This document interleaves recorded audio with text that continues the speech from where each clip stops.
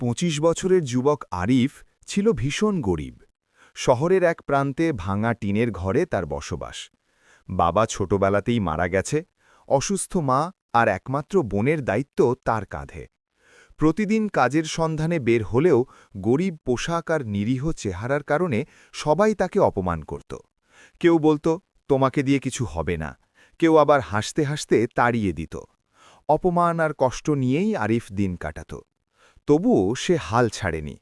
রাতে রাস্তার আলোয় বসে সে পুরনো বই পড়ত, মানুষের কথা শুনত, নতুন কিছু শেখার চেষ্টা করত। একদিন এক ভাঙা মোবাইল সে মেরামত করে বিক্রি করল। সেখান থেকেই তার জীবনের মোড় ঘুরে যায়। ধীরে ধীরে মোবাইল মেরামত শিখে সে ছোট একটি অনলাইন পেজ খুলল। প্রথমে খুব কম অর্ডার আসত, তবু সে সততা আর পরিশ্রম দিয়ে কাজ চালিয়ে যায়। কয়েক বছরের মধ্যেই তার কাজ সবার নজর কাড়ে। বড় কোম্পানির সাথে চুক্তি হয়, ব্যবসা দ্রুত বাড়তে থাকে। একসময় সেই আরিফই হয়ে ওঠে কোটিপতি। যে মানুষগুলো একদিন তাকে অপমান করেছিল, আজ তার সাফল্যের গল্প শোনে। আরিফ